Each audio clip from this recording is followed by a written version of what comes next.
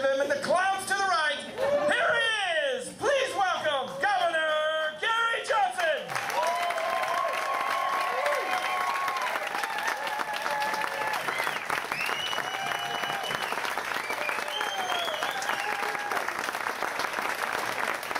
Oh, man. Wow.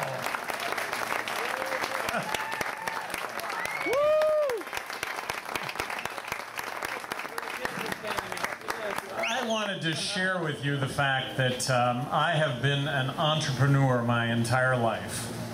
Starting at age 17, I've paid for everything that I've had. When I was 17, I started working construction jobs because those were the highest paying jobs available. And when I was a junior in college, 1973, I thought I started a one-man handyman business, me. And 20 years later, actually had 1,000 employees, electrical, mechanical, plumbing, pipe fitting. Really, the American dream come true. You show up on time, you do what you say you'll do for people, you do a little bit more than what you say you'll do for people, and that's what ends up happening. I sold that business in 1999. Nobody lost their job, and they're doing better than ever today. It allows me to have a full-time, unpaid job running for President of the United States. I had never run for politics prior to running for governor of New Mexico. I had never even pounded in a campaign sign. I went and I introduced myself to the Republican Party 2 weeks before I announced. What they said was, wow, we like you, we like what you've got to say, we're inclusive, we're going to make you part of the process, we're going to include you in all the debates, all the gatherings, but you just need to know that you will never win.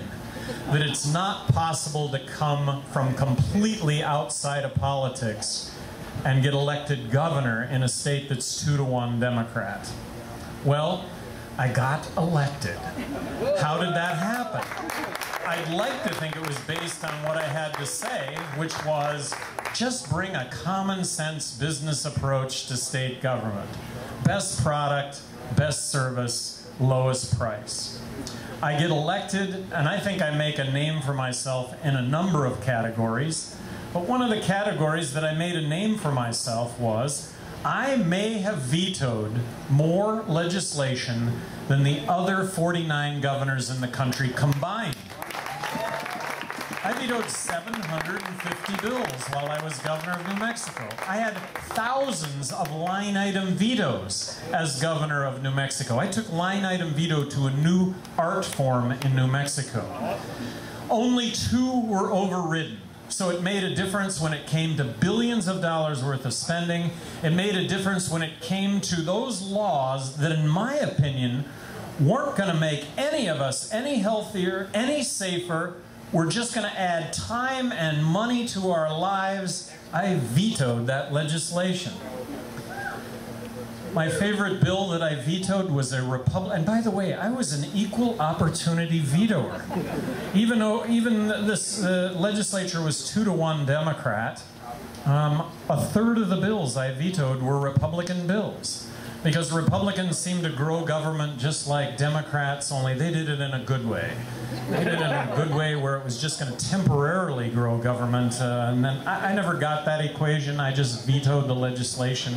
Always wrote down a veto message, and I wasn't overridden. My favorite bill that I vetoed, and I think it's an indication of legislation that passes. It was a Republican bill that was a dog and cat exercise bill. It was going to require pet stores to exercise their dogs and cats 2 hours a day, 3 times a week. Now I have to tell you, I think that's a great business practice, and that's exactly what I wrote on my veto message. This is a terrific business practice, but you know what? It should be a business practice. If I sign this bill into legislation, the next thing I'm going to have to do is fund the dog and cat exercise police, and I refuse to do that. So how did it go over in a state that's 2-to-1 Democrat? How did it go over with 750 vetoes, being a real penny pincher, standing up against laws that really weren't going to make a difference in any of our lives? How did that go over? In a state that was 2-to-1 Democrat, I got re-elected by a bigger margin the second time than the first time. I just think that it speaks volumes to the fact that people really do appreciate good stewardship of tax dollars. So here I am now. I am the Libertarian nominee for President of the United States. What is significant is that there are only going to be 3 candidates on the ballot in all 50 states. That would be Barack Obama, Mitt Romney, and me. So when I talk about this election, I think that that's an important thing to mention. We've got a group of people that in the campaign that are absolutely top-notch. We are a team, and we're doing a terrific job of putting out a daily product that I think all of you can be proud of.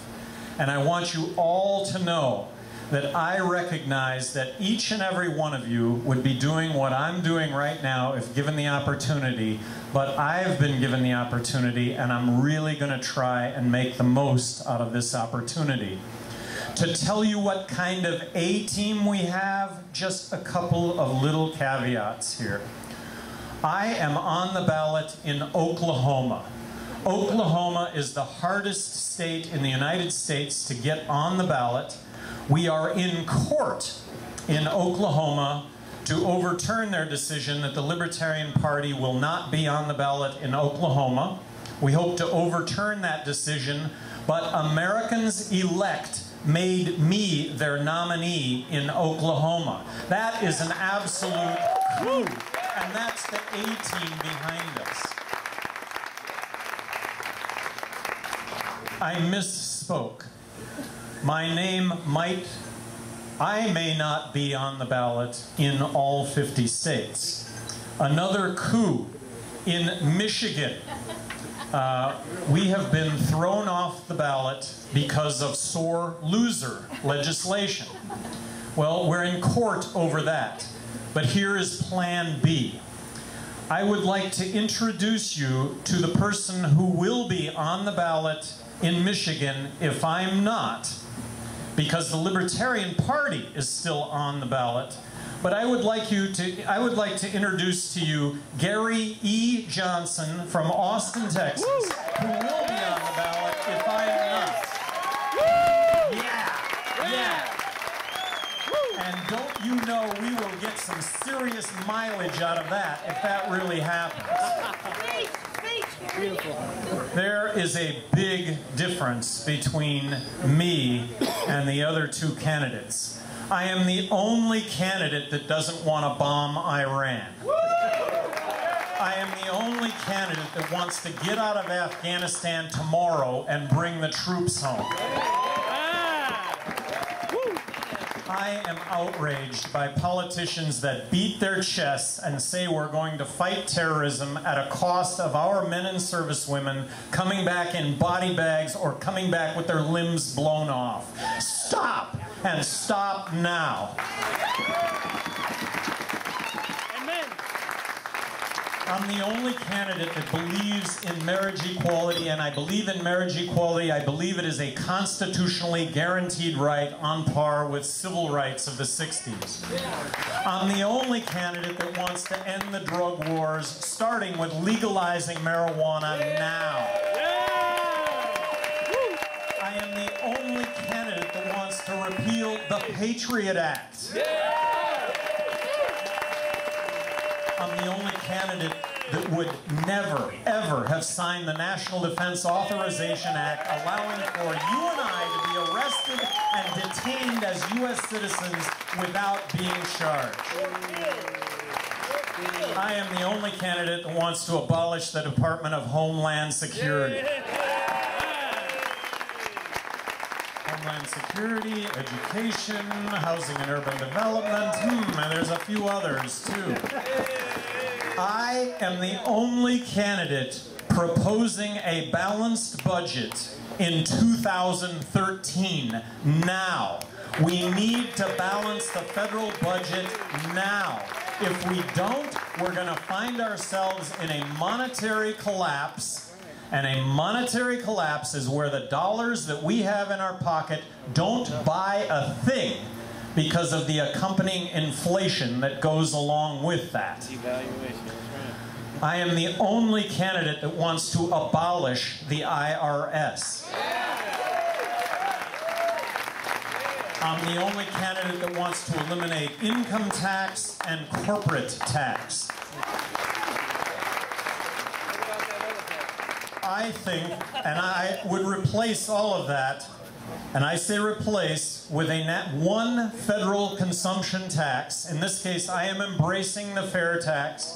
I think that it really reboots the American economy for the next 100 years. It ends up being cost neutral over a very short amount of time.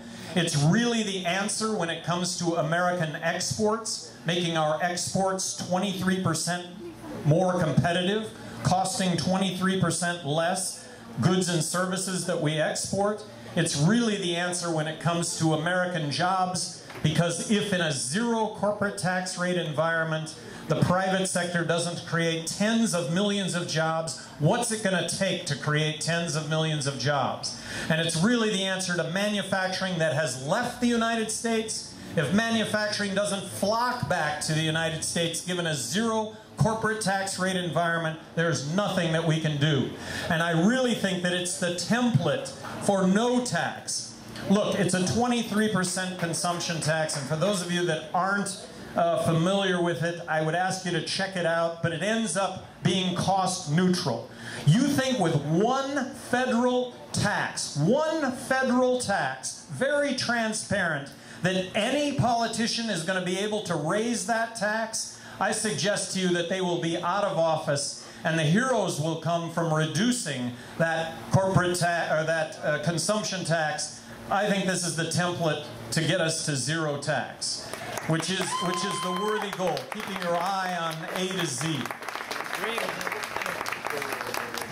Three really important polls or caveats in this presidential election. You know, they did a study, or they did a poll on the favorability of all the presidential candidates running. There was only one presidential candidate viewed favorably in his or her own state, and that was me. And I jokingly say this, but it's true. People in New Mexico wave at me with all 5 fingers, not just one. And then the American Civil Liberties Union, ACLU, a group dedicated to the Constitution, a group dedicated to the Bill of Rights, the first 10 amendments to the Constitution, dedicated to civil liberties, they came out with a report card on all the presidential candidates in December. I think this is really important. 24 Liberty Torches was a perfect score. Mitt Romney and Rick Santorum had 0 Liberty Torches out of 24. Newt Gingrich had 4 Liberty Torches out of 24. Barack Obama, 16 Liberty Torches out of 24. Ron Paul, 18 Liberty Torches out of 24. But Gary Johnson had 21 Liberty Torches out of 24. And then they came out with a report card on jobs. Which candidate running for president had the best record when it came to jobs? My response to that, the same as it was when I was governor of New Mexico. I did not create one single job as governor of New Mexico. The private sector did, but don't discount the power of being in control of all the agencies. Don't discount the power of controlling all rules and regulations as the executive. Rules and regulations can get better on a daily basis. And when we talk about executive orders, when executive orders start start flowing with regard to freedom and liberty, it really can make a difference. When executive orders start flowing to make it less time, less money to have to comply with those rules and regulations, that is a good thing, and that really makes a difference. So, people ask, how is a libertarian going to get along with Congress and make things happen? Look, getting along with Congress is just code for how are we going to spend money and how are we going to spend money in different ways. But here's how a libertarian president can really affect Congress. A libertarian president can challenge Democrats on what they're supposed to be good at, which is civil liberties. Look, let's not bomb Iran. Let's bring about marriage equality. Let's end the drug wars. Things that Democrats are supposed to be good at. Come on, make it happen. I'm going to sign off on this stuff. How about a libertarian president that's going to challenge Republicans on balancing the federal budget now? Not 30 years from now, but now. And that means addressing the entitlements, Medicaid, Medicare, military spending. Mitt Romney says that we need to balance the federal budget, but we need to spend more money on the military and we need to hold Medicare intact. Oh? I finished the second grade, and there was mathematics that went along with the second grade, and it just doesn't add up. It can't happen. You've got to address everything. So I want to thank all of you. I want to thank all of you for your activism. And I want you to believe that we can win this election. And I wouldn't be here right now if that opportunity didn't exist. One of my biggest fears is peaking too early, okay? I just want you to know that. It's a 17-day cycle. How many Republicans went to the top of the pack for 17 days before the whack-a-mole thing happened? So this just has to happen by the middle of October, and it's going to work. And I want you all to know that we've got an A team. We've got an A team that puts out a terrific product, that everybody's working 24/7, and it's for love of life, liberty, and the pursuit of happiness that we do all of this. And I recognize that you all are the same, and I thank you all. I thank you all for all your passion and the energy that is here tonight. And I'm just going to do the best that I can to carry this all the way through to the general election, and we'll make a difference regardless of whether or not that ends up being more votes or not. But believe me, this is about getting the most votes. Thank you very, very much.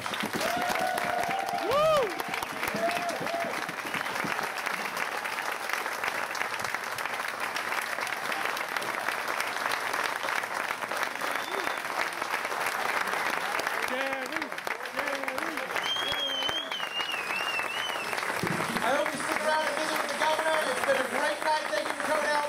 Let's make sure, open your wallets, let's make sure Governor Johnson